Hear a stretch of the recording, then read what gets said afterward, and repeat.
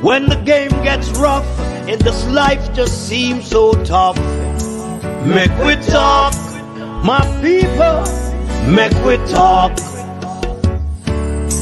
When this town becomes an ugly place, don't let it erase the smile from your face. Mek Wi Talk, people, Mek Wi Talk. Conversation is the key, a guiding light for you and me. Spark a talk and you will see. Conflict solver A to Z. World leaders master the art of self-defense just by talk.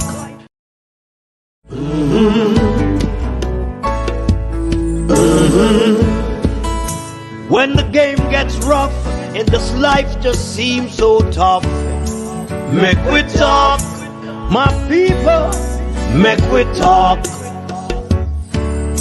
When this town becomes an ugly place, don't let it erase the smile from your face. Mek Wi Talk, people, Mek Wi Talk. Conversation is the key, a guiding light for you and me. Spark a talk and you will see. Conflict solver A to Z. World leaders master the art of self-defense just by talk. So people, Mek Wi Talk. Hey.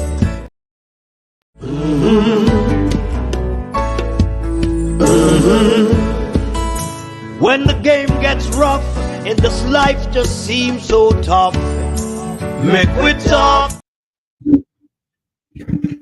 When the games get rough and life seems so tough, Mek Wi Talk. Good afternoon or good night, wherever you're listening from around the world and the Eastern Caribbean. This is the Mek Wi Talk program with yours truly, Jeffrey Tavares. Tonight we're going to speak about an airport that is being proposed to be built in Negril. The opposition spokesperson, junior opposition spokesperson on transport, Odell Marsh, will be here with us tonight to speak to us more about it, his views on it. There's an article in the Jamaica Gleaner where he's talking about it. He's going to come on at about 9 o'clock our time. And, you know, as we dig deep in what is going on within the Negril area and what they are proposing to build an airport in Negril, my take on it is this, that yes, Negril may need an aerodrome, or well, an airport, but an international airport for what? You see what is going on in Negril now? Where hotel workers are underpaid and overworked. Share up this live feed. Good night to everyone. Good night, good night, good night to everyone. Welcome to the program. Good night. Welcome to the program, everyone. Welcome. Share this live feed. There's going to be a robust discussion tonight. Share this live feed that people may come on. You know, we ask ourselves questions time and time again. I was listening to a certain radio station a while ago. A lady who wrote a book, I'm going to try to get her on my program, about the meltdown of the 1990s with FinSac. I want to get her to come on my program to speak some more about that. Oh.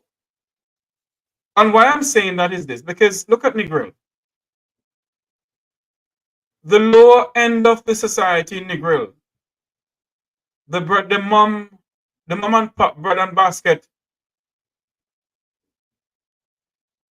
rooms and hotels in Negril has gone down. Is a big all-inclusive hotel that take over. And I don't think successive government has really put the people who helped to build Negril and put Jamaica on the map, I don't think they put them in the forefront of anything at all. I think what they do is to go down there and tell them a whole bunch of lies. And then they get the votes and that is it. And based on all of this, they're pushing for an international airport to be built in Negril. Yet, oh Lord, hold on for me. I feel I'm live and hearing. Hold on.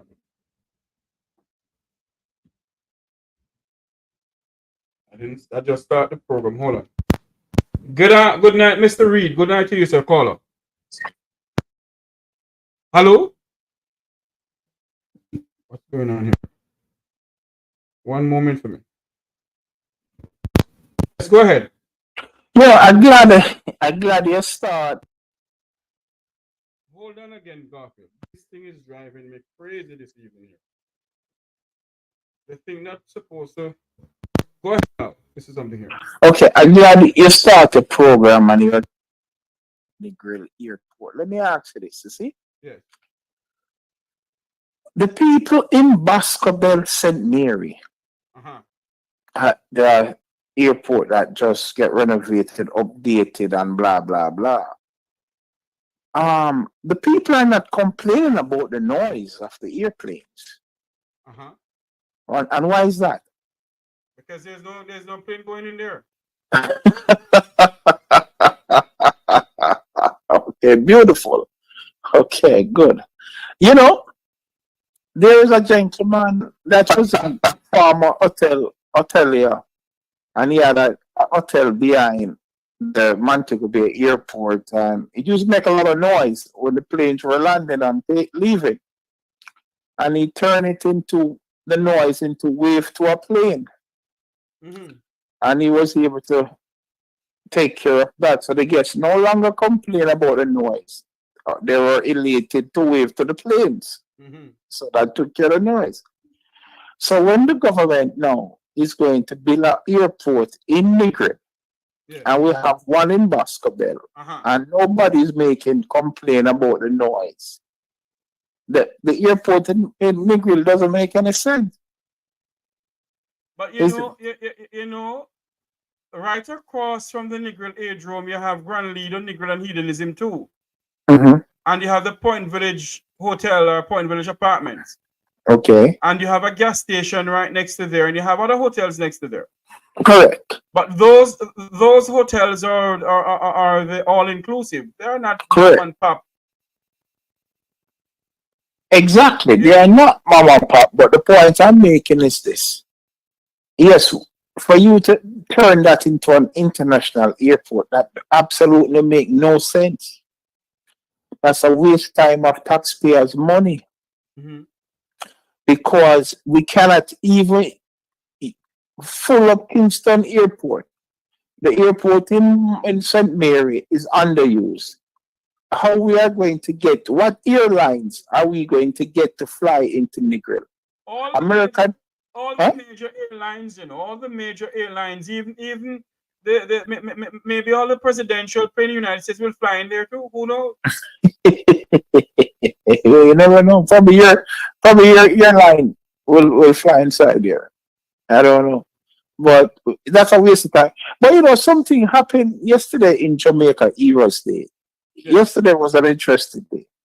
We had in Negril, you had a hotel employees walk off the job.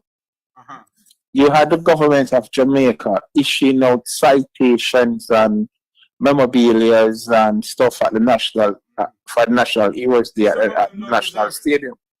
Well, that's left to be determined. But more importantly, do you believe that the Minister of National Security deserves it? Well, I said that's why I say that's to be determined. Okay, that can determine by the powers that be. My pay scale is way low to determine that. Okay. Well, I don't get no pay for what I do. Exactly. But I can say this that the Minister of National Security do not deserve the Order of Jamaica. Exactly. But Yes. I want to, Go ahead. but I want to make a point. Uh-huh. Yesterday at the racetrack at Cayman's Park, the punters literally disrupted the racing industry yesterday in Jamaica by they weren't in agreement with a disqualification by the stewards. You know, the stewards are the one who run the track. And they disqualified a particular horse. She was a female rider. It was all over the internet and stuff like that. Social media. And never in history you find the punters at the racetrack control the industry for that day. And what does that tell me? That the people have the power to take back from the power brokers. It was blatantly clear that they weren't in agreement with the decision of the steward, and they were able to end racing for that particular day. So again, we realize the power now is in our hands. You know, and if we wield our power properly, decently, legally, the powers that be that sits in Garden House would have to listen to us. Yeah, man. You see what happened in Negril by Royalton? The employees walk out and send that particular hotel in chaos. Huh? But caller, when you look on it, you know, when you look on what happened in Negril yesterday, you think it's only that gonna happen? There's more gonna happen, you know. That is what I just said. It's going to be a domino effect because people. I mean, remember, you know, we always have strike in Jamaica. You know, it's always a collective bargain. I understand that, but look at and I'm not sure. You probably could help me. Is these hotels in Jamaica unionized? No, they are not. So, and it was a coordinated effort at the Royalton where everybody, all the employees, took to the streets and literally brought management to their knees. So, why is it that people are not, the managers, the power brokers, when are they going to start to listen? But based on what I saw in Jamaica at Royalton and at Cayman's Park, the powers that be ears are now wide open. Yes. I'll tell you something, you know. Majority of these hotels that is in Negril is owned by Spanish people, you know. Well, I wouldn't say majority of the hotels in Negril. I said the majority of the hotels in Jamaica. Well, in Jamaica. And based on what we're hearing, that they're only paid $2 US an hour. Lie or true, I don't know, or $5 US an hour. And no, they can't pay $5 US an hour. It's ridiculous. It's got to be cheap. $5 an hour times at $40 a day, right? Do the math, man. Times a 40-hour week. You know that times 5. That's 5 4 20. So now you know why they're pushing to build this international hotel. And that is why we're gonna have the international airport. International airport, rather. And that is but I understand. Hold on there for McGarfield. And that is why we're gonna have the junior opposition spokesperson on transport, Mr. Marsh, to come on, and because the PNP say no, it can be put somewhere else. We also have on a platform here Major Robert Smith. So Smith, welcome to the program. Yes, sir. What's up? I'm here looking at living. I heard there's a blood in Jamaica over the weekend. All right, Jeffrey, let me go now, okay? Okay.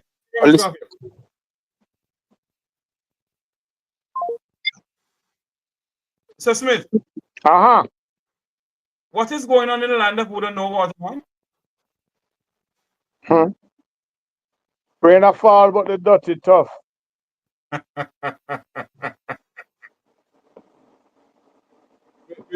We're waiting the arrival of the spokesperson and transport to come on. Go ahead, Sir Smith. I'm just saying that that's man. They said, in abundance of rain, the fool is thirsty. Yes. So, if there's a lot of good things happening, it is quite possible that it's only happening to a few. Hmm. So, Is this nation under siege at the moment, Sir Smith? the easy answer is yes. Is Jamaica becoming a failed state? I'm not too certain what the qualifications to be a failed state are. But if it means that if we are becoming an uncomfortable place to coexist, Mm-hmm. if that's a failed state, we might qualify. Think about it.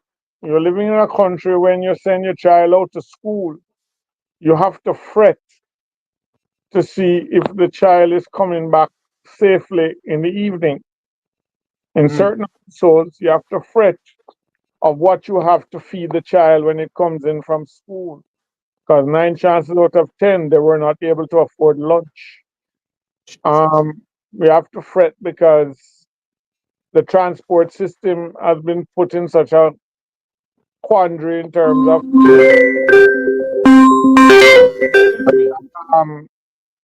they Hold on drive. for me, Sir Smith, hold on for me. Good night, caller. Welcome to the program. Right.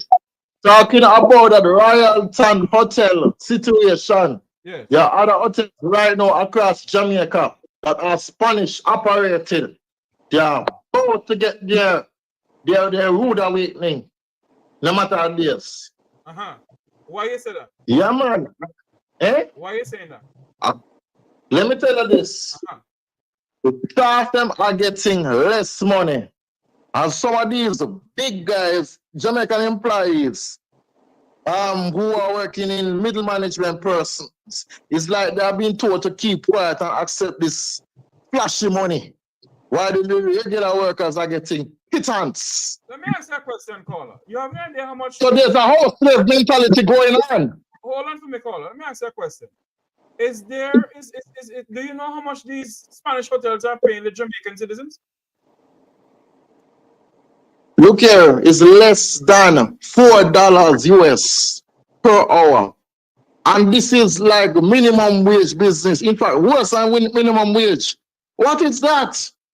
I have friends who work at Rio. I have friends who work at other hotels. And I like Hilton Rosal, we pay them a reasonable amount of money.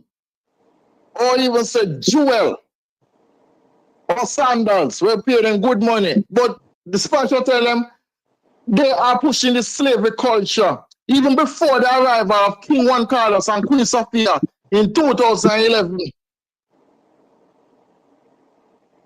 Those two people came to Jamaica, even stopped by Montego Bay and go like they're enough. And plenty. So what are you saying to us tonight, caller? Is that the Jamaican government... Hold on for me, sir. What are you saying to us tonight? We're waiting the arrival of opposition spokesperson and transport to talk about opposition person and transport to talk about the airport they're gonna build in Negril. But what you're saying to us tonight, caller, is that the Jamaican government sign all these hotels to come into Jamaica to turn the Jamaican people into slaves. Yes. Yes. You know about the water crisis in Negril, and it took one lady who worked with Zip 103 and one of my favorite station in there, RFM. Yes, man, I know about it because I'm from Negril, you know. That lady there, if you connect the dots right now, it is big and serious. My God. This country is going on a slippery path and a slippery slope. What you mean? No, and I tell you this, we need to start get tough and riot and those companies. I'm going to send you a picture. There's this particular person. We need to be careful of him. Big, bossy slave. Me not rate him a backside. And right now, they need to out him. No, I'm not calling name, but no, but you need to see for yourself and find this son. You tell your fellow Jamaican citizens, bossy slave mentality will not be tolerated. Equal rights and justice we say. All right, Paula, thanks. And those patriots need to be outed. Yes, but what are you gonna do for me? Say, as soon as I finish the interview with Mr. Marsh from the PNP, I want you to call me back. Okay? Yeah. Yeah, man. Okay. So, you have something to say? You're saying something? No, I was saying that we need to be mindful. Communication is a hell of a thing. Once upon a time, when there was unrest, industrial unrest, it would creep across the island. Because in the 1990s, right? People hear about it by word of mouth, and by the time them get the fullness thereof, and it gathers steam, the place start to burn. We're now in the land of instant communication. Yes. So you have to be careful that other hotels of similar ilk don't start saying, you know, that's a good idea, me stop work. If that happens, then your tourism package is impacted because nobody paying an all-inclusive fee to go somewhere that them serving themselves. And nobody wants to save for a vacation that is going to be cut short because of unrest. Then the other problem is you might find some of the guests begin to sympathize with the staff. And they started already. Which means that the reputation of the country in terms of how it takes care of its workers and normal people gone a bush. Sir Smith, I have the junior position spokesperson and transport with us now. Mr. Marsh, welcome to the program. Good evening. Are you hearing me clearly? Loud and clear from Negril Point to Moran Point, where they start the rebellion. Good evening to your listeners. It's indeed a pleasure to join you all to discuss this very personal matter to me. And I try not to make it to seem like it's a political matter. Some person want to spin it. But, you know, we'll have a discussion. As Mek Wi Talk, so definitely going to have a discussion tonight. We also have joining us one of Jamaica's senior historian, a man who has served his country well, Major Robert Finzi Smith. Yes, sir. How are you, youngster? I'm doing well, man. Thanks for being a part of it. Yeah, I'm not staying long with you, but I was called to lend my voice to what's happening. So for a limited time, I will be with you. Okay. Let me bring on in the opposition junior spokesperson and transport. I want you to listen to what the Prime Minister said at the Montego Bay Conference Center at Sandals Love Something Another. He was there speaking. And he announced to the Jamaican people in the world, and Jamaicans in the diaspora, that he is in plans are in making to build an international airport in Negril. Negril has a little aerodrome.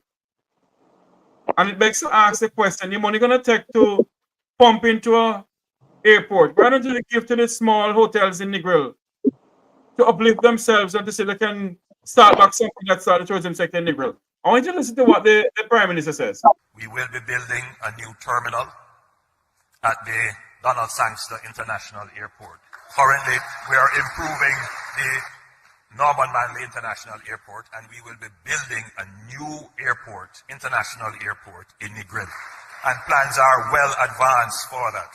So when we talk about seamlessness, the ability to move around the island quickly.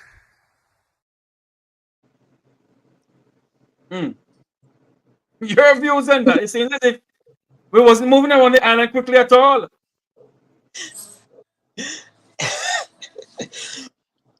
Yeah. Sometimes when I hear the Prime Minister speak, I have to wonder if we're listening to some theatric performance, because I live in Kingston and I can tell you I am in the West almost every other day thanks to the highway. I often hear my parents talk about how long it would take them in the past to get from Kingston to Montego Bay. Oh I tell yeah. them, as I can leave Kingston at 6 p.m. and get to Montego Bay by 8:30 thereabout. So the notion of the Prime Minister is putting forward about connectivity is quite null and void. And let it be clear, absolutely clear, the People's National Party, we are not against the development of our tourism product and our tourism infrastructure. What we're saying is, instead of you talking about a new international airport being built in Negril, that should not be the focus. The focus should be on upgrading the existing road network, the existing tourism network, to ensure that it serves the purpose of why they were built.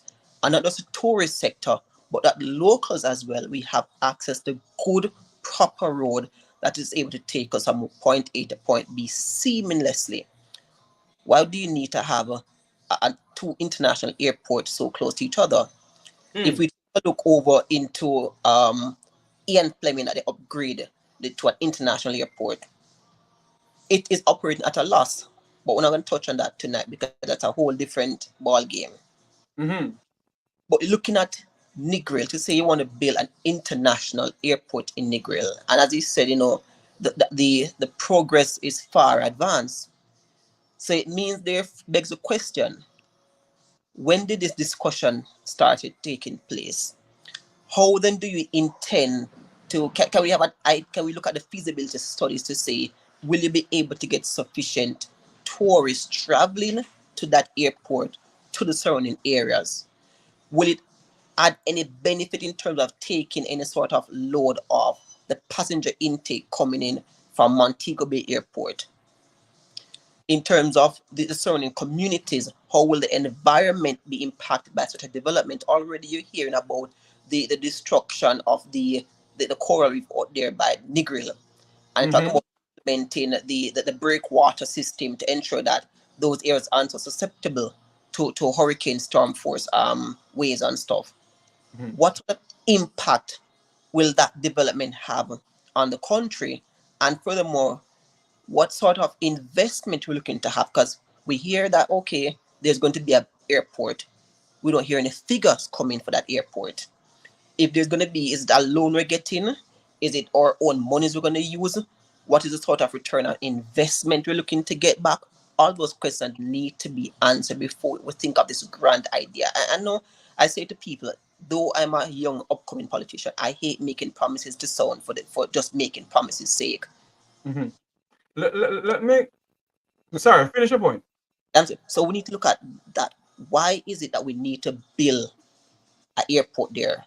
All we need to do any good journey, because I've traveled from Montego Bay to Negril, and it's a decent journey and it's quite scenic as well. Why not build out the road network there and also further spread community tourism?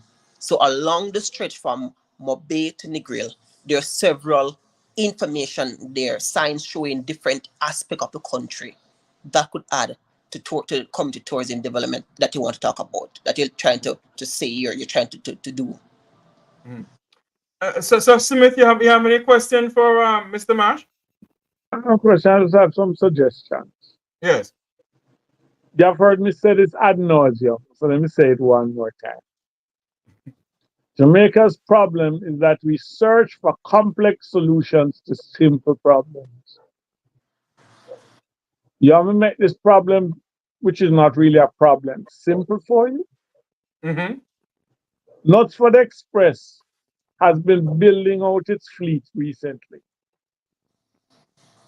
If you enter into a situation where Knutsford Express can transfer people landing in Montego Bay to Negril by virtue of their very comfortable um, buses safely, you don't need another airport.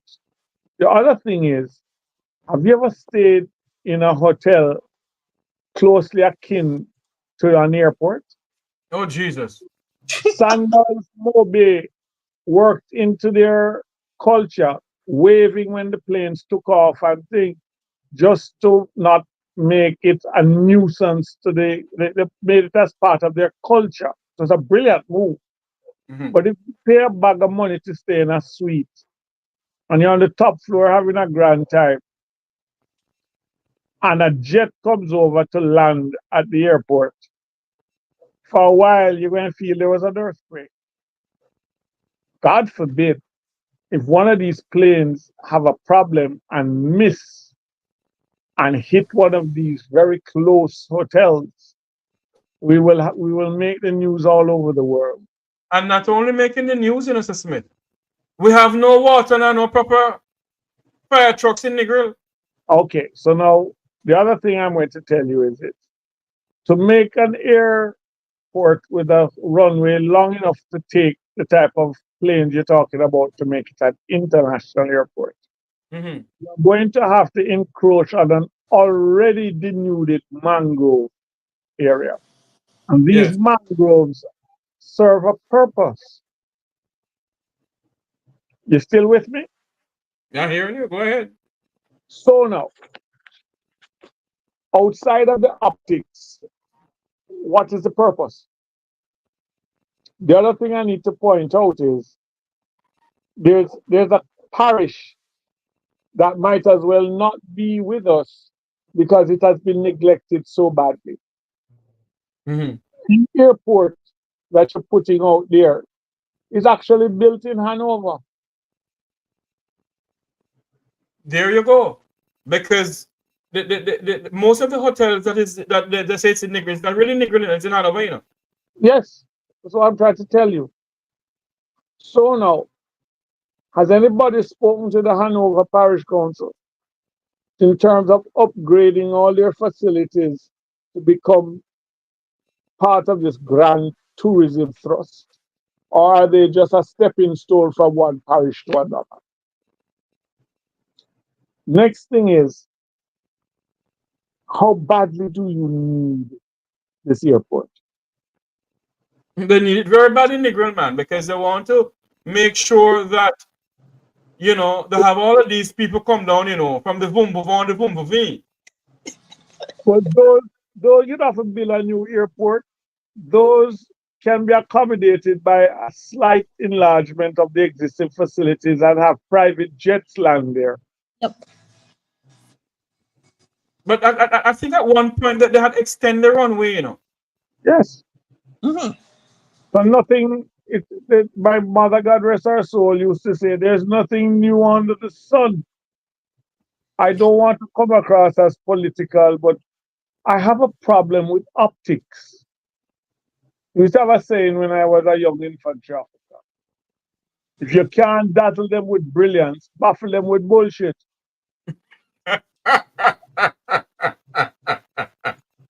In other words, I have a Mr. Marsh. Yeah. I have a well-known student on my platform here named Miss P. If you hear Miss P speak, yet Miss Sir Smith know her.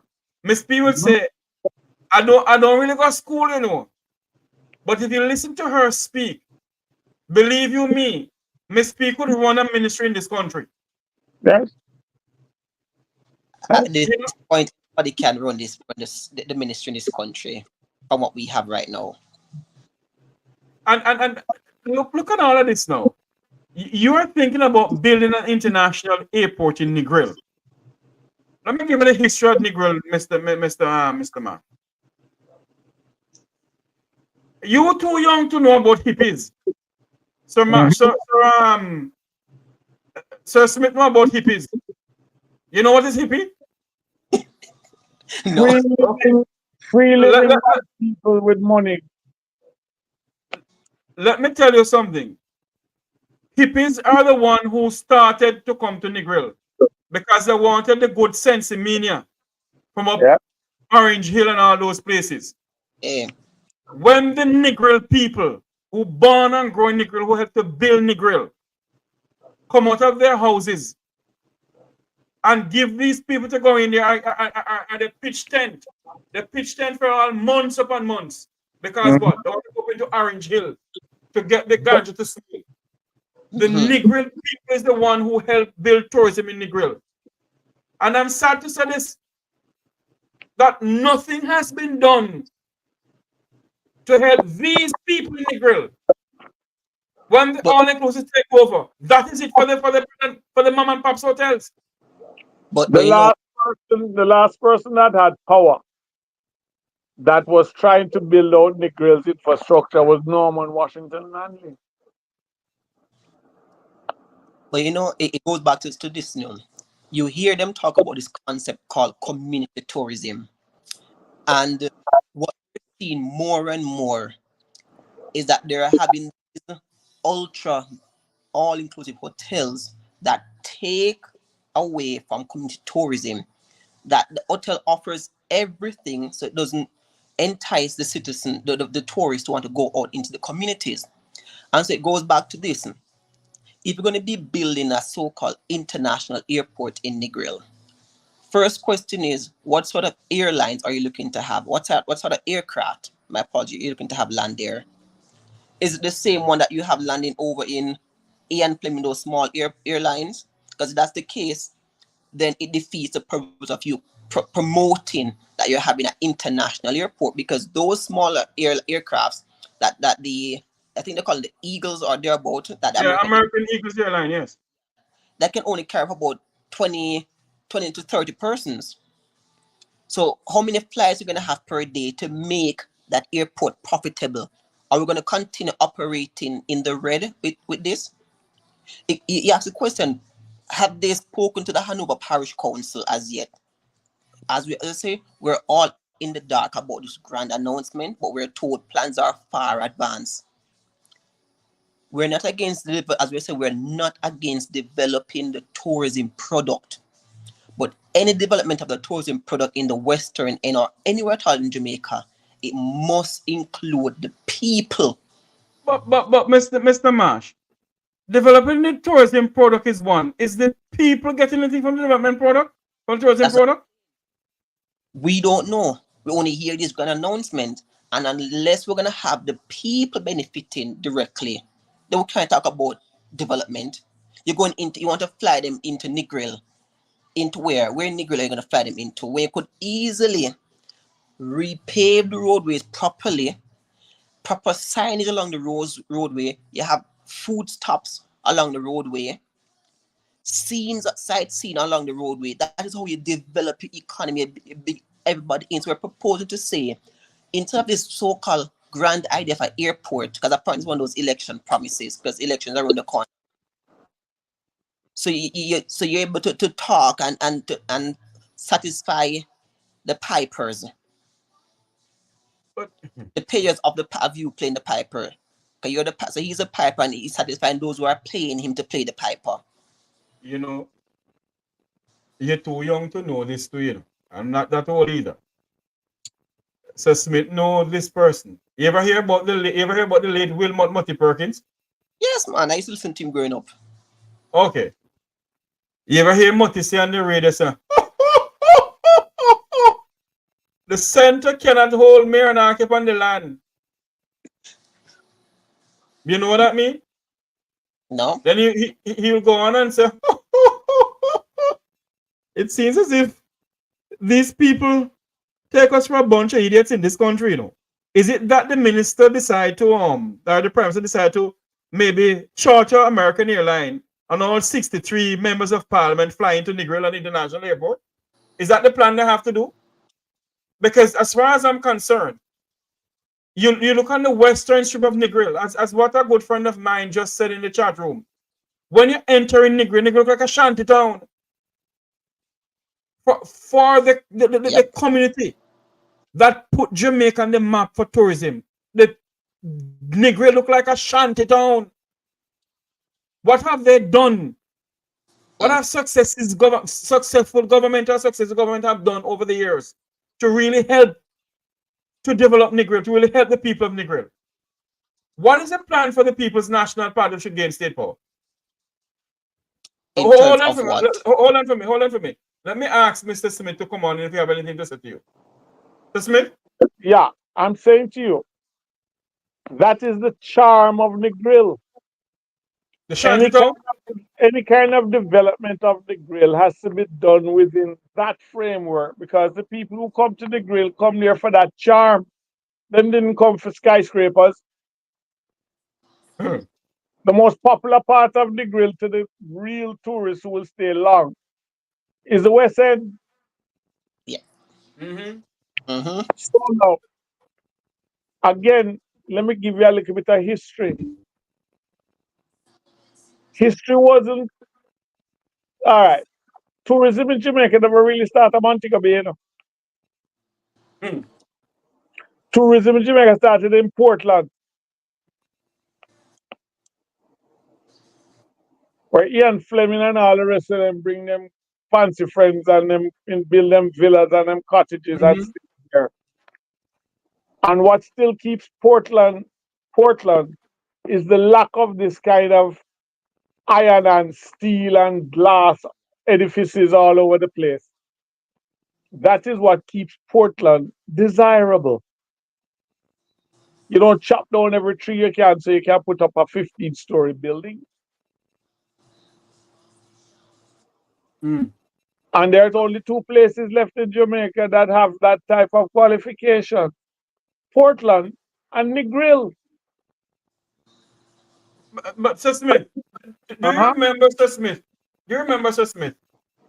Along the 7 Mile beach in Negril, Yeah, you used to have cocoa plum.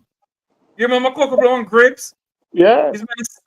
Nowadays, you don't find those things anymore. The whole Nope. Negril. I tell you something, and I remember back in the days, and I know I have family members of mine watching and friends of mine watching. I remember back in the days, when we used to sit on the wall downtown Negril. On Sundays we have beach parties, Mm-hmm. Yes, man. We go to the cook, we catch some fish, all barracuda. Yeah, man. And we roast barracuda and catch some fish and we have a grand time. No, nobody can come go on the beach in Negril because what? It's owned by the people of the Fumfo and the Fumfo. There And you the, go. the Negril people who owns beach property are having a hard time paying the taxes. Mm-hmm. There you go.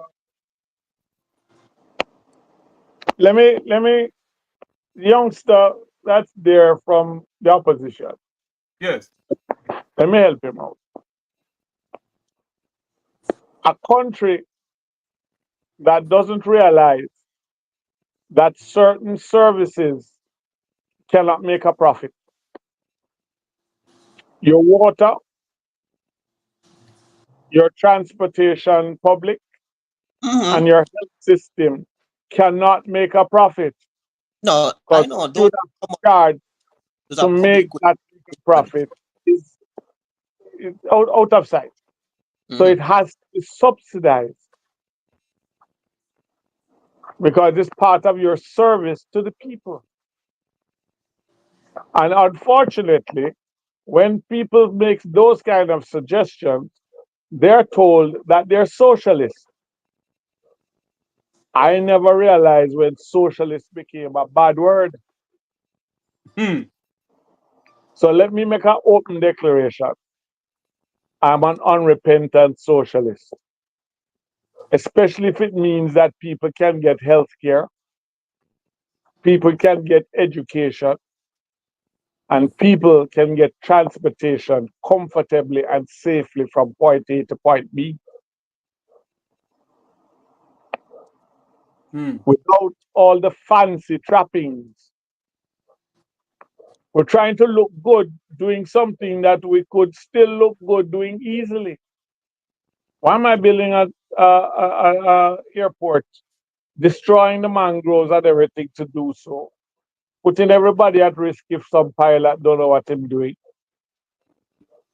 When I can walk up, and I'm not advertising for them, but I can walk up to Knutsford Express at the Montego Bay Airport and get on a bus and be in the grill shortly in comfort, absolute comfort. Yeah. That makes Go sense ahead, to bro. everybody? So you're indeed correct about that. But what I'd want to just to advise you on is that I am versed in what is the public good, because I'm definitely of the understanding that things such as water, light, transportation, these are public good that should be delivered to every single citizen and should not be seen as a profit making entity. I spent a few weeks in Switzerland last year, and it was surprising to me to understand that once you're in the city center, you don't pay for transportation. You jump on a trolley to get to point A or point B, or you jump on the train that takes you further to where you need to get to. But once you leave the city center to go into the other regions, that's where you begin to pay for transportation. Why I say that? If we're looking to develop our transport system, and it's something I've articulated with my senior, that we have to have an integrated multimodal transport system. What I mean by that, how do we transport persons in and around these urban centers that oftentimes are affected by traffic congestion? We can do the introduction of light rail, how we transport persons from Portmore into downtown Kingston. How do we move persons from Montego Bay into Falmouth? How do we move persons from the rural spaces into the urban town centers of their parishes? We can look at light rail. It's about diversifying our transport system to ensure that it works for everybody. And if you're able to move people, move goods and service efficiently, then that begins to affect your productivity as a country. Because if a man knows that he's able to still live in Montego Bay and work in Kingston because he can get to Kingston in 2 hours in an effective way on a light rail system, then it eases the burden for him having to come to Kingston to look at a house and relocate. He can get on that train system at 5 in the morning. By 7 he's in Kingston. Work starts at 8:30. He works until 4:30. Gets on the train at 5 or 5:30, and he's back home. That money is then spent in Montego Bay to develop whatever business sector is there. So the idea that I have pitched to my senior and to the parties that any discussion about the transportation system going forward must include a multimodal transport system that is one efficient and effective and ensure that every person is able to benefit from the system in a real way. We look at Negril to talk about building an international airport in Negril. When the drive from Montego Bay to Negril is so smooth, what needs to be done apart from just the road network that needs to be developed and built out properly? You talk about improving the aesthetics of Negril itself, because I can tell you, though some people may like the shanty town look, I for one don't necessarily appreciate that sort of look. If it's a tourist town, or we're pitching it to be a tourist town mixed with community tourism, then it must have the look and feel of a tourist town. So that means that we're gonna have the vendors in particular vending zone. We must do that. If that the streets are properly labeled, the streets are properly lit, there's garbage receptacles along the way to ensure that people are putting their garbage in the right place. That is what we must look at. We must look at a proper development plan going forward. If you look at any developed country, most of them have what is a 50 year, 100 year, or even 150 years development plan. where is ours as a country? Hold on for me, Mr. Marsh. We have a call online here. Caller, go ahead. Hold on, I'm not hearing you. You look like Andrew. Now I talk to the comrade. My uncle Pinky, good night, cousin. Legend. Listen, stop. Hold on. When I am well, get it. Go ahead now. Yeah. We hear your uncle Pinky say if trouble the mangrove very, very serious enough. People don't understand that enough. And when you dump up some part in the sea, it make a ripple effect. Mash up some other place in it. Mm-hmm.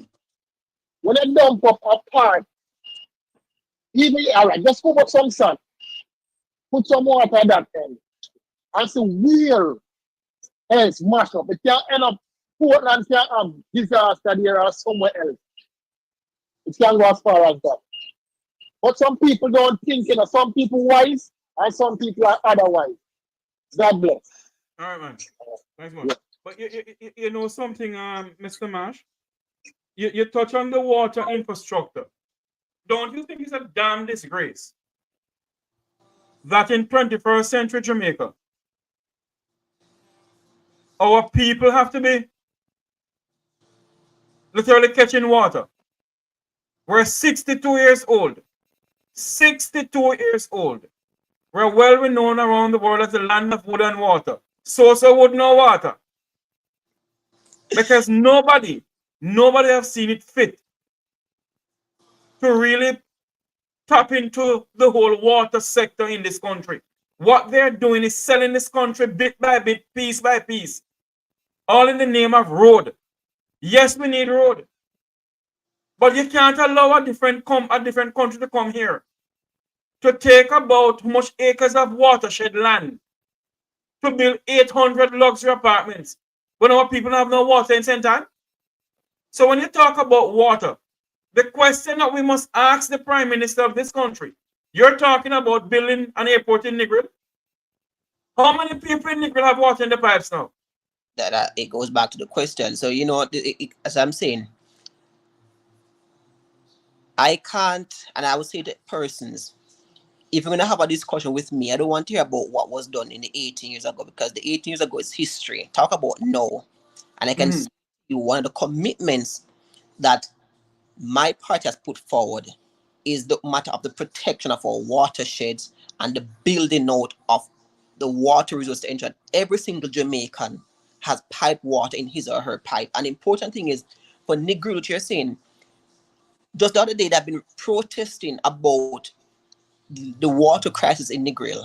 How is it then that you're going to be building an airport in Negril with so many unanswered questions? And so I want to see what that advanced planning that looks like, because I want to be able to say and to scrutinize from an informed position. Because at this moment, all the general public can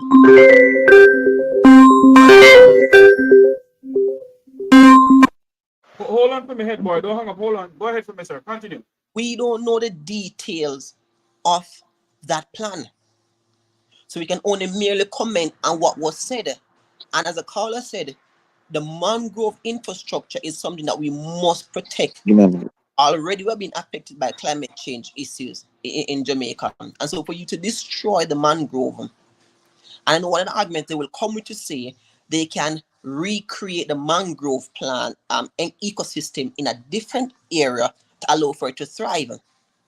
While that can be done, yes, but why are you going to try to relocate something that is already thriving because you want to build an infrastructure where there is no real value to have it there, just because you want to satisfy the needs of those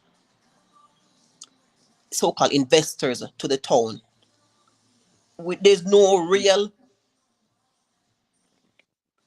equal to say you're going to have, once you have this airport there, it's going to transform the life and the livelihood of the people in Negril and the wider communities. No. That investment there that you say you have set aside for the airport, look at what needs to be done in Hanover, in Westmoreland, in terms of critical infrastructures, the road network, water, climate resilient building. Look at how you can channel those funds into those projects to make the lives and the livelihood of the citizens there improve. And then you will see talk about the tourism product will also improve, because you're looking, once you have strong communities, you will have strong infrastructure in place and will open up the community and the country for greater business. So we're not against developing our development. What we're saying is this idea about building an international airport in Negril is not needed at this moment. No, I don't think it would ever be needed at all. Yes. Because we can use PNP Airport as an example of what may occur with this one in Negril if it goes through.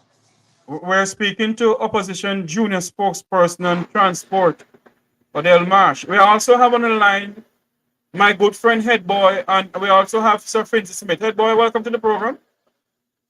Good evening. Good evening, Uncle Finsey, and good evening to my good friend Odell Marsh, who served as a junior counsel with me at KCSC in the year 2011. Good evening, brother. I'm trying to figure out who you're talking to. He will continue to figure. No issues. Welcome to the program, Head Boy. Your views on the whole idea of building an airport in Negril? Well, you know that this is my forte, yes, and I'm quite passionate about the aviation industry. But let me say first of all that the the JLP has always been very good at selling selling a pie in the sky dream. Yeah. Because one, why are you doing an expansion in Montego Bay then? If you needed to expand Negril, that's one. Two, because remember the lease in Montego Bay is almost done, meaning that we can take back that airport from the group. From the Mexican. Yeah, right. But, well, it's a mixture of Mexicans and the Canadians. Yeah, it's not just the Mexicans alone. The group of Pacifico. And by the way, that should have been a conflict of interest because we have the same companies actually, two of the same the conglomerates actually operate in both of your airports, the international airports. It is crazy. Yeah. Let's also be real that when the Norman Manley was leased to these Mexicans, that they were unable to pay most of that money. And I know that Brother Marsh would be aware of that. That the airport authority, which is the revenue body, did not collect any lease from these guys during the period of the pandemic, and they made it become an issue that they were not making they were not turning around enough. Yeah. So that's one issue. Two, the other issue that you have, and I'm totally agreeing with Mr. Marsh that what you need is a multimodal approach, which our opposition, well, not opposite, but the former minister Mike Henry has been advocating for. When an idea is good, you just give it credit regardless of where it comes from. Yeah, and he has been advocating for an aerotropolis or a multimodal approach. Where we need to be discussing now is why are you going to be looking at the passenger airport what is Jamaica's location? We're close to the Panama Canal. We're close to Florida. We're close to South America. Yeah. So what we need to look at is to develop the Vernon Field Aerotropolis and allow it to be a cargo. We have not sufficiently developed our capabilities in cargo. Hold on there for me, Head Boy. Hold on there for me, Head Boy.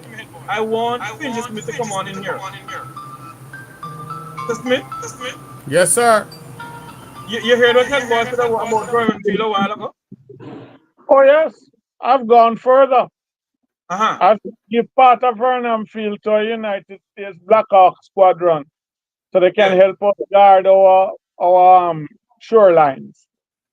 And everything coming in by air cargo gets shifted and sorted at Vernon Field. Uh-huh. Then you put it on a rail system and send it to town if you want, or send it down to the wharf. It's too easy. I have to leave, but let me ask you one question. Who going to run Negril Airdrome? One of their friends. Okay. Jobs for the boys. So Robert Prince Smith, thanks for coming on. Take care. Head boy, take care. All the Yo, best, Uncle Finzi. I wish you all the best. You are very passionate. I can hear it. But insert this piece of caution. Always place your hat where you can reach it, or your head top will get wet. All right, Sir Smith, thank you. Take care. Thank you. Major Robert Finsmith.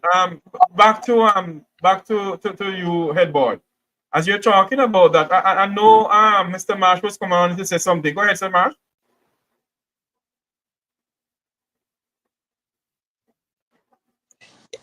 I was about to say, in terms of the development of the Vernon field, if you remember, that would have been a part of the Greater Goat Island proposal that would have come forward to make Jamaica the fourth node in the logistics channel. But we have not seen much development so far. What I know have been proposed is the creation of a third city instead of upgrading Portmore to city status. They're pushing to make Portmore a parish, and that's for clear political reasons. But that's a different argument. Let's backtrack a bit now to what would have been said by Mike Henry during his time, and I say good, as you say, head boy said, I'm still trying to figure who it is. The voice, I'm trying to get back the voice, but I'll get it back shortly. So I'll leave it there for then. I allow him to speak, and then I will make my other points afterwards. Head boy, go ahead. Right. So I'm saying that. So, for example, remember, that we have already spent, and I can tell you, I was actually bringing up the amount that was spent on Vernon Field. For example, we spent money to appoint, what's his name, some army man to be the so-called coordinator for Vernon Field. Monies have already been spent. We have paid persons who were living on the outskirts of Vernon Field to move. We, the government repurchased those lands from them. Yeah. So why now are you having that discussion now about going to Negril, which now going to require you to acquire lands that you have not acquired already? But there's Right? hold on from head boy. Based on what I see where the Negril aerodrome is, the morass belongs to the government of Jamaica, says the morass are gonna dump up. Because there's no land to build, there's no land to buy there, Exactly. Now I know the airport, and I'm saying that from an environmental those places hotel there. Where are they gonna buy the land from? Go ahead. From an environmental standpoint, it makes no sense. Yeah, that's one. Two, and I'm not against, and let me tell you, for example, we were having discussions, the Ministry of Tourism was having discussions with the Saudi Arabians. Yeah, I can tell you, persons from the Middle East in regards to getting Emirates Airway. That's the largest airline out of the Middle East to come into Montego Bay. And their thing is that that typically how the Saudis travel is that they don't travel more than an hour away from an airport. Yeah, that's how they operate. Yeah, hence why in Canada a lot of them are in certain places like Ontario, Alberta, the French part, Montreal, and so they're very close, right? They're very close to the airports. In the US, it's the same. They're in New York, they're in California, yeah. So they're very close to areas where the activity surround it is aviation. What I'm saying is we need to move away from just looking at passenger, and I think that's what Odell is alluding to. That we need to look more on what is in terms of having a mixture. So you have both and transportation must be connected. It must be linked. It must be, for example, Odell has been pointing out the rail, right? What the more money would be, it would be much would be spent if you developed a railway system between Montego Bay through South St. James into Negril. Because remember, you can come on that Johns Hall main road, yeah, and you And come not only right that in the over. head boy, not only that in the head boy. There's a lot of cane lands Yep. that they I can know. buy from the people who own cane lands. But not only No, that, most of that, sir, my friend, most of that land belongs to SCJ. Shakir and his friends are the ones who sit over it. Yes? but just but Go just ahead, just to say why I'd also propose that multimodal approach. The investment may be almost the same as the airport, but the return on investment is almost 100% guaranteed because that system will not only be facilitated for the those coming from the airport, but the regular citizen would be able to use that rail system or the multimodal system every single day. So you're looking at making the money that you would have invested in the system over say a 10-year period versus an airport where you're not guaranteed of always having passenger planes coming in.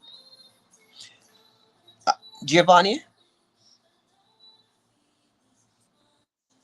No. No. Yeah, Mm-mm.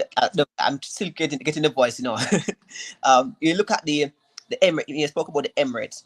We'll never be able to see some of those airlines in Jamaica. Why? The sheer size Mhm. of airplanes alone is too large for our runway. And so Mm. for them to want to take on to say, well, let's go to Emirates or those places. No. We look at those sides of those airlines coming in the runway, the width and length of the runway is far too small to have some of those jumbo jets land here in Jamaica. So to have that discussion to say want to bring in the Emirates and those airlines, it's kind of putting the donkey before the cart. But looking at the Right, invest, and and not to cut you, Odell, and I'm agreeing with you, and I'm saying that is why the investment could be made into Vernam Field. yep, Because let me tell you something, Vernam Field had Bombardier. yep, Bombardier planes used to land in Vernam Field.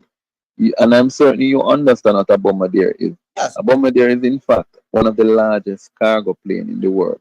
yep, Eh? mm-hmm, And those cargo planes used to land at Vernam Field. exactly, Remember that Burnham Field was designed to take military planes. So I mean, you can carry a plane, and from that plane, when that plane lands, you can carry a tanker, you can carry whatever, depending on the size of the what you're Mm. carrying in. Those cargo planes were retrofitted to do so. they do. I'm saying that even with the concept of but what I'm saying, let us move away from looking at this passenger thing. We have just been looking too much at tourism. We Towards need to look at, for example, in Vernam Field, we could sign contracts with places like Amazon. Shein is becoming a very big thing in this region, meaning the entire Caribbean now is shopping on Shein. Yeah? Why aren't we having Shein uses and so does Amazon? They have their own their own cargo lines. Yeah? So what you're So saying then, head boy, if I may come in here, that it makes no sense for you, for them now, to be thinking about building an international airport in the Negril. it makes at this point it doesn't make no sense. But let me tell you why it is being done. Uh-huh. Because I'm sad that Finzi left because Finzi knew that I was in fact in the airport system. Yes? Let me tell you what happened. What is happening is you have an election coming.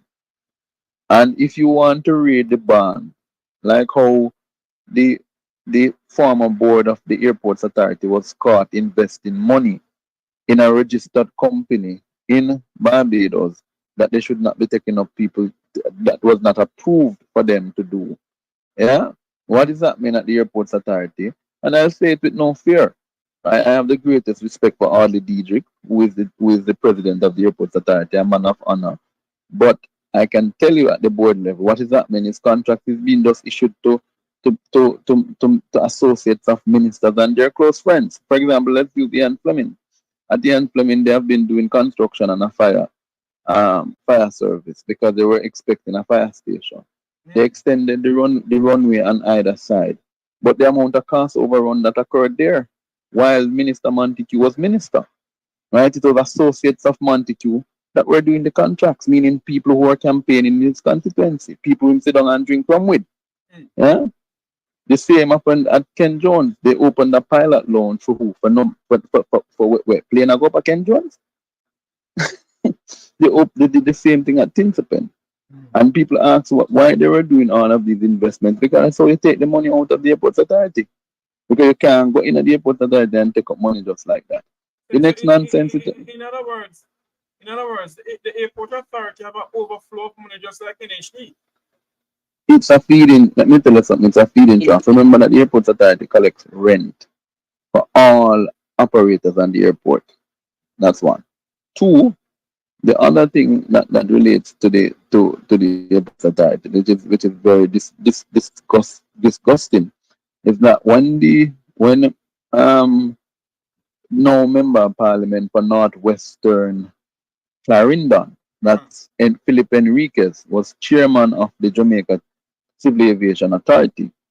What happened was that he allowed the government to pressure him in allowing the Civil Aviation Authority to now put their pool of funds into the consolidated funds.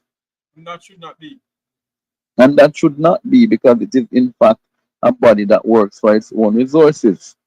So what I'm saying is that these guys saw, because remember, every plane that enters into the airspace of Jamaica has to pay to enter there. I know. Every plane that gets landing. And that is why Air Jamaica has so much landing fee in Miami. Exactly. Because once you land, you must pay. And once you enter the airspace, you also have to receive approval for that. And it is the civil aviation that collect also when you have planes registered on your registry. Yeah. What we need to be having the discussion is how can we return Jamaica to the days where we used to have all over 100 and odd planes registered on our registry, making us a bit profitable in terms of on the civil aviation side. How can we make civil aviation? How can we return to having young people becoming trained as pilots and aircraft mechanics? Don't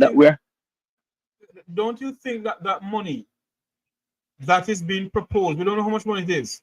Mr. Marsh, come on in here. Don't you think that money that they're thinking about to build an international airport could go into the water infrastructure in Negril? Mr. Marsh? Head boy, go ahead. Right. No, what I'm saying to you, hold on for me, head boy. Yes, Mr. Marsh, go ahead. Yeah, that's what I'm saying. That's my concern. We do not know what the value of this investment will be. So we only hear a grand announcement that plans are far advanced for this airport, but we don't know how much it will cost, if it's going to be borrowed money, if it's our own money, if it's investors' money. We don't hear anything. And so that's where my concern lies. That money that you're looking to use to build an airport can be used to build up the infrastructures in and around the Negril area to ensure that they can meet the needs of one, the citizens, and two, the tourists that will be coming into the area, instead of looking to build an international airport. You know, I tell you something, when you look on the western strip of Negril, and I keep on saying that, keep on hammering this home, when you have some hotels just went down to nothing because what? Number one, the crime got out of hand in Negril. There was nothing being put in place, for all those hotels on the western strip of Negril. When the all-inclusive takeover Negril, nothing was put in place by any minister, any government of this country to cushion what is going to happen in Negril, in the sense of how can the small hotels survive all-inclusive. Nothing was put in place for them. Nothing and at all. The question that we're going to ask now, if and when the People's National Party gains state power, As the minister, as the junior spokesperson on transport, what plans do you have for the Negril area? What plans that you and Michael have for the Negril area? You're laughing. All right, so I can't say what plans Mikhail and I have for the Negril area, but I can say what plans we would advocate for, not just for the Negril area, but for Jamaica on the whole. And one of the plans that I know we will be advocating for is the introduction of a multimodal transport system that takes into consideration light rail, cargo movement, and that will include cargo movement and the passenger movement. How we connect the urban spaces with the rural spaces, how we connect across the urban spaces, and how we move and all ensure that we move passengers and goods in an efficient and effective manner that also drives productivity and development across the country. It is not a pipe dream we're looking to sell, but we're looking at reality and how we but can be practical in our approach. Because I can tell you, the Jamaican people, we are tired, and I can say we as well, of the promises of successive governments. But what I can say to you is a PNP government led by Mark Jeffers Golden and with Michael Phillips there as Minister of Transport and Work, our Minister of Transport, as portfolio is not expanded, we will strive to have a more efficient and effective transport system. And one feature that we're looking to propose is to have a multimodal system in place to ensure that our passengers and our goods and services are able to move effectively and efficiently across the country. And to deal with that, it must take a lot of investment that will require some amount of teething pain.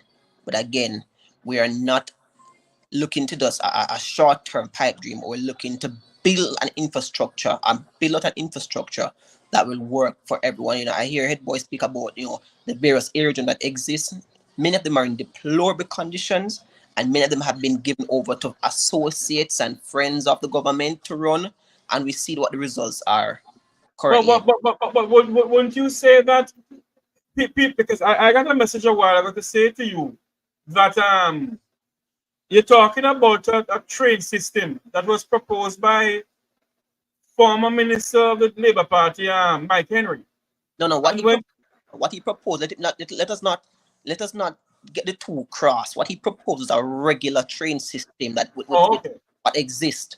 What we are proposing is a light multimodal system which includes light rail, and light rail includes a mix of passenger movement And cargo.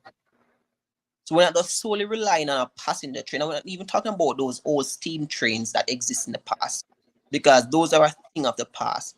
We must look at some of the newer train systems that exist, which are lighter, which produce less heat and energy that contribute to global warming. I guess I'm saying the startup input may be expensive, but the long-term return on investment will worth the while.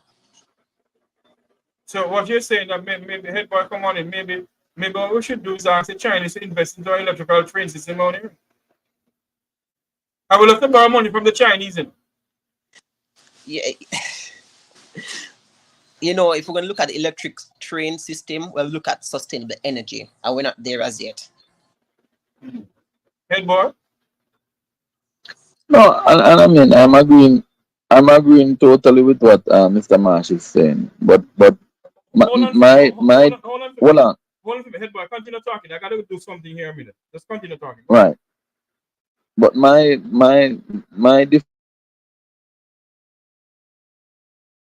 resources that's going to be spent in the grill, right, should be used to one. For example, when last have we are not producing. Jamaica's had a history through particularly uh, Air Jamaica of producing some excellent pilots and aircraft mechanics. Yes, I know of a plan that was submitted to then Minister of Transport when he was that as far back as 2007, Mike Henry, and then was submitted again in 2016 when they won to him in regards to setting up a pilot training slash aircraft mechanic training school in Jamaica with the Canadians. Yes, with Canadian backing. To this day, the plan has not gone anywhere because what has happened is, and I speak freely because I know the investors were looking at it. The investors told me quite frankly, they felt that they were being taken for a ride, and they're not into any under the table deal with this administration. Quite frankly, right? And and my thing is, why don't we look at, if we're talking about making Jamaica an aviation hub, or logistic hub, or transshipment hub, or multimodal hub, we need to look at training, like what the Maritime Unit Institute is doing. We need now to look at how can we produce aircraft mechanics. The age for them in the world is the retirement age is raising because there's not sufficient aircraft mechanics. The last check I looked at, the world needs over 30 to 40,000 of them. Yeah, we can contribute to that because we have skilled young men. Look at the programs at Jagas. When we graduate our students from Jagas as auto mechanics, they end up going across the world and become some of the best mechanics. So why can't we look at some of those things and the funds we have sitting in some of these entities that they can be used for grant funding, or they could be used for guarantor funding for SLB, for the student loan bureau to guarantee some of these students to study some of these areas. So therefore, we actually were building the capacity, the human development. So even if we get to the stage where Burnham Hill is operating, we can we can set up a proper MRO facility in Jamaica, which we can actually be catering to the region. Yeah, and that MRO is maintenance, repair, and overall. Yeah, it's big business. It is big business. That is what happens in Atlanta. That's what happens in Texas, and that's what happens in Alaska. Yeah, Your views on those this? are Oh, sorry. Go ahead, Bob. Go ahead.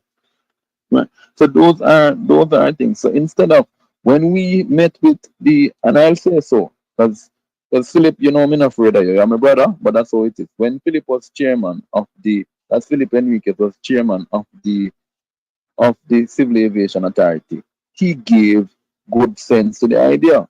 But I'll say this, and I'll say so with no fear, that why the investor backed out was these guys we brought to them were saying to them that they wanted 60%, of the man project.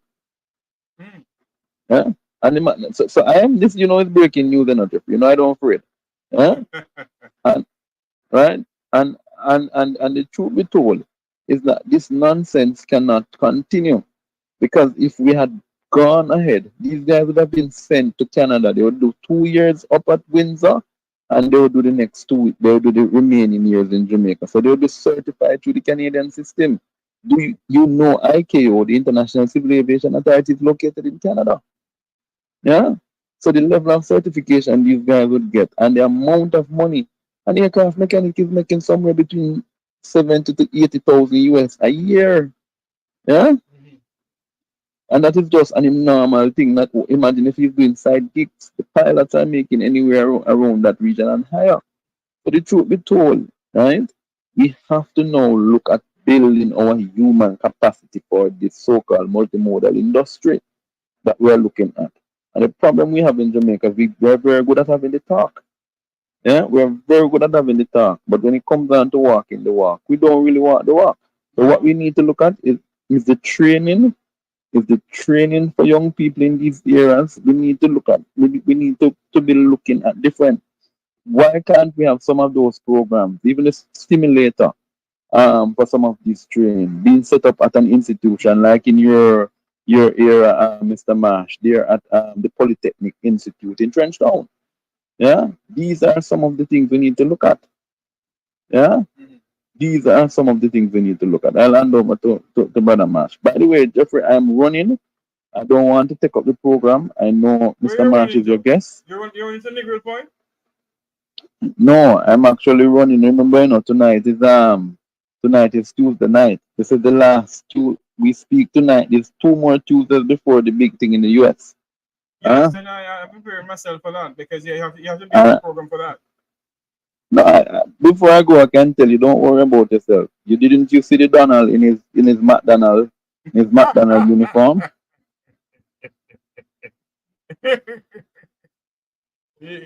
Even with that alone. No, you know, I'm not playing with with no wash up Republican. Yeah. So the truth be told is that will be his future job. So all the best to you and brother Marsh, and I wish you the best in your role, Sir Marsh. I know you will do well. You're from good stock. As I know you still be wondering who's talking to you, but we served 2011 as a junior counsel at KCC. And you're a very good, effective orator from then, and a very good advocate and youth advocate. And I've seen you grown. And I want to tell you, you are with a good man as well, Michael Phillips, a very humble person. And I look forward to your role in transport. But before I go, I want you to look at also the overall of the Transport Authority. The Transport Authority and the JUTC needs to stop the political what would you call it now? Just um places where just political hacks are sent. These institutions need to be transformed. When Colin Campbell was there, the JUTC and Garnet Roper was actually turning around. Yeah. So we need whatever board is appointed at the JUTC, it needs to reflect that level of competence we had in 2012 to 2016. Those are my few words with the brother, and all the best. Thank you very much, head boy, for coming on the program here on the call. Thank you so much, head boy. No problem, bro. No problem. Sir Marsh, I know it's time for you to go, but your two final words before you go, Sir Marsh. All right. Are you hearing me? Loud and clear, but with Negril and Moran point not seeing you though. Sorry about that. All right. You're still trying to figure out who that person is. Still trying. I guess he will call me off here and permit me to give her his number. So as soon as he does so, I'll do that. I often say to people, that's one of the reasons why I ensure to behave myself, because I don't know who know me or where, because but as I'm saying, in reality, it is what we are presenting to Jamaica is a transform People's National Party, one that is more focused, much more than before, on people-centered policies that will ensure that everyone benefits. And I can say in particular for my portfolio, and I'm happy that Headboy raised those issues regarding the JUTC and the Transport Authority, because those are some very two vexing issues for me. To share my views on them in this public forum, because I don't want to be seen as being totally against mashing down everything and starting back over. But we have to really take the bull by the horn going forward when we next take the reins of government and ensure that state entities and agencies under our portfolio operate as how they are to operate. One thing that I don't think many persons understand is the important role that the transport system plays in the productivity level of your country. And when you have workers who rely on public transportation having to wait an hour and a half, 2 hours at a bus stop for a bus to come, it severely impacts the productivity output of that cost of that one worker, which leads to the overall productivity decline of the company, which leads to the overall decline in productivity of the country. So to ensure that every single dot is connected in this new proposal that we're looking forward in creating the Jamaica that works for everyone. And so transportation system must work. The multimodal system that I spoke about, it must be so interconnected that it runs seamlessly. If we look at this idea about building international airports just for building's sake, must be rubbished and thrown out completely. Norman International Airport must be what we must focus on upgrading to ensure it delivers world-class service. We continue upgrading of the Donald Sangster International Airport to ensure that it continues to deliver and increases its delivery of service. That's what we need to focus on. Ensure that the communities around this airport are properly developed so that they too can play their part in the development product. Fixing the water crisis that we have for a country known as land of wood and water. We need to have our water management system fixed. And I can say, under a People's National Party-led government, I don't care what people want to say about the past. The past is the past. We must look forward. We have learned from our mistakes in the past, and we're proposing workable solutions for the future that will ensure that we deliver on the promises that we make to the people of Jamaica to ensure that we are able to deliver efficient and effective services that will make our lives better going forward. Thank you for having me on your program. Thank you to your guests.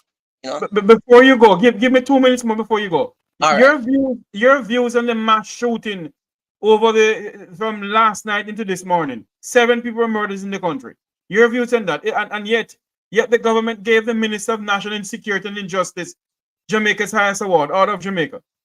Isn't that a slap in the Jamaican people's face, sir? The awards this year is a slap in the people's face because I saw some persons being awarded, and I can say it's clearly because of political affiliation, but that's a different thing.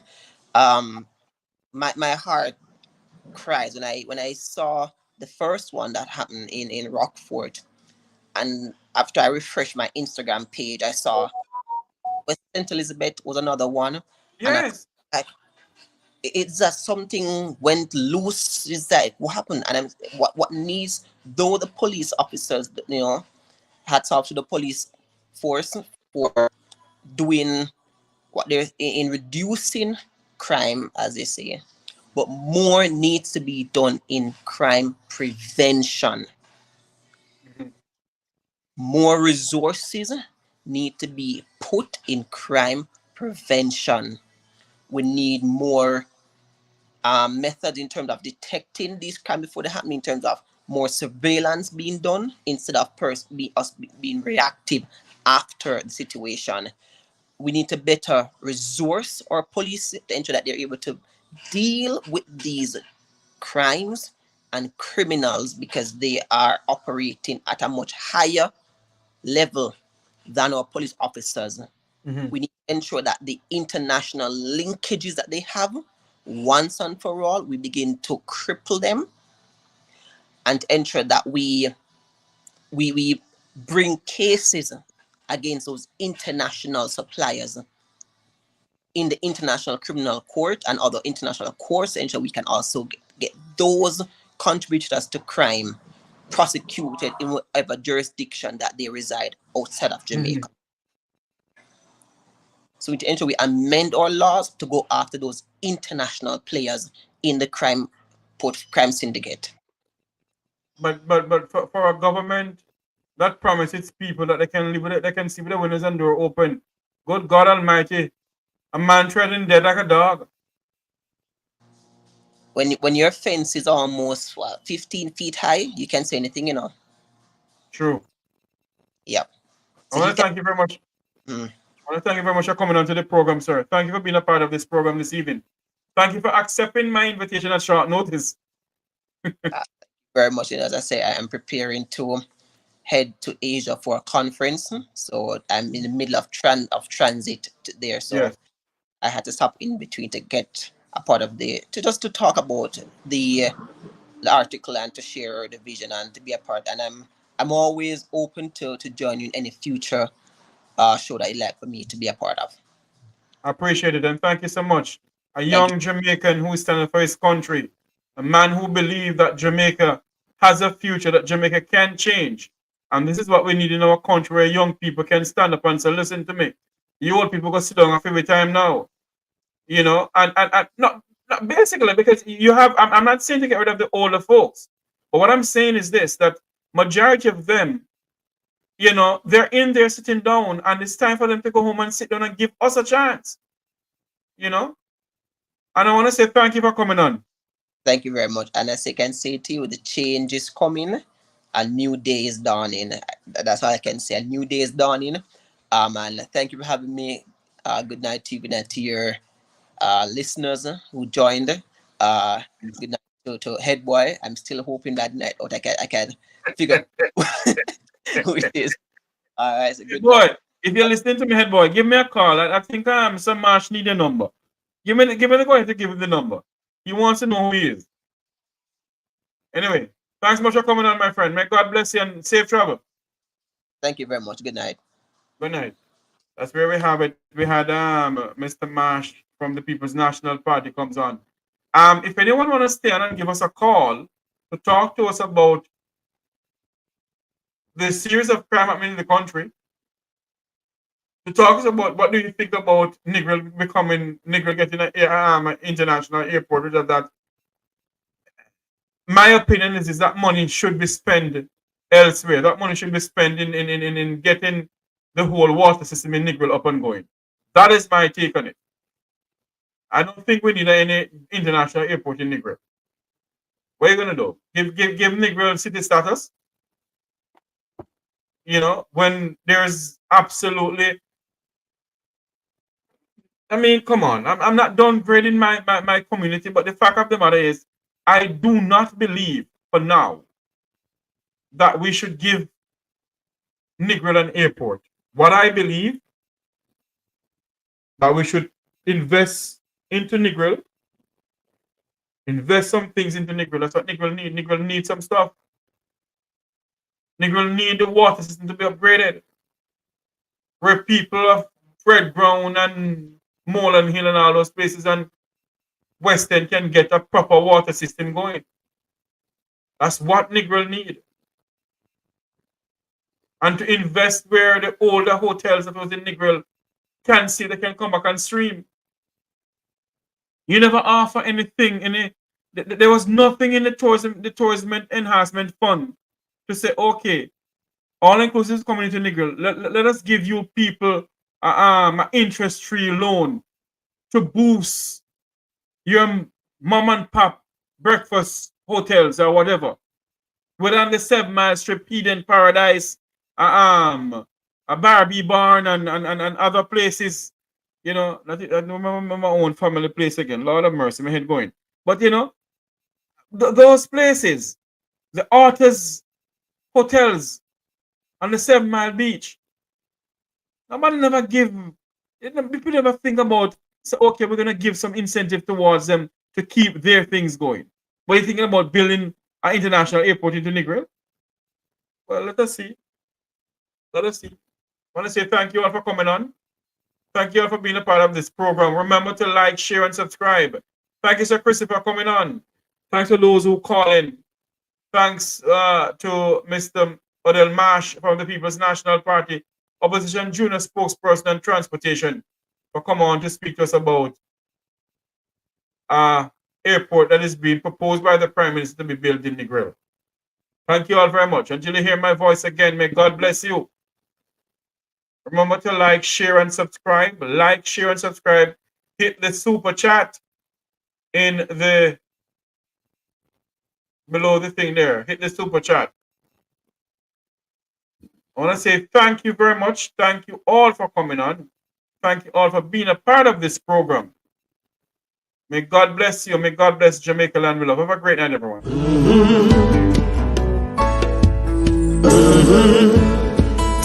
When the game gets rough and this life just seems so tough, Mek Wi Talk, my people, Mek Wi Talk. When this town becomes an ugly place, don't let it erase the smile from your face. Mek Wi Talk, people, Mek Wi Talk. Conversation is the key, a guiding light for you and me.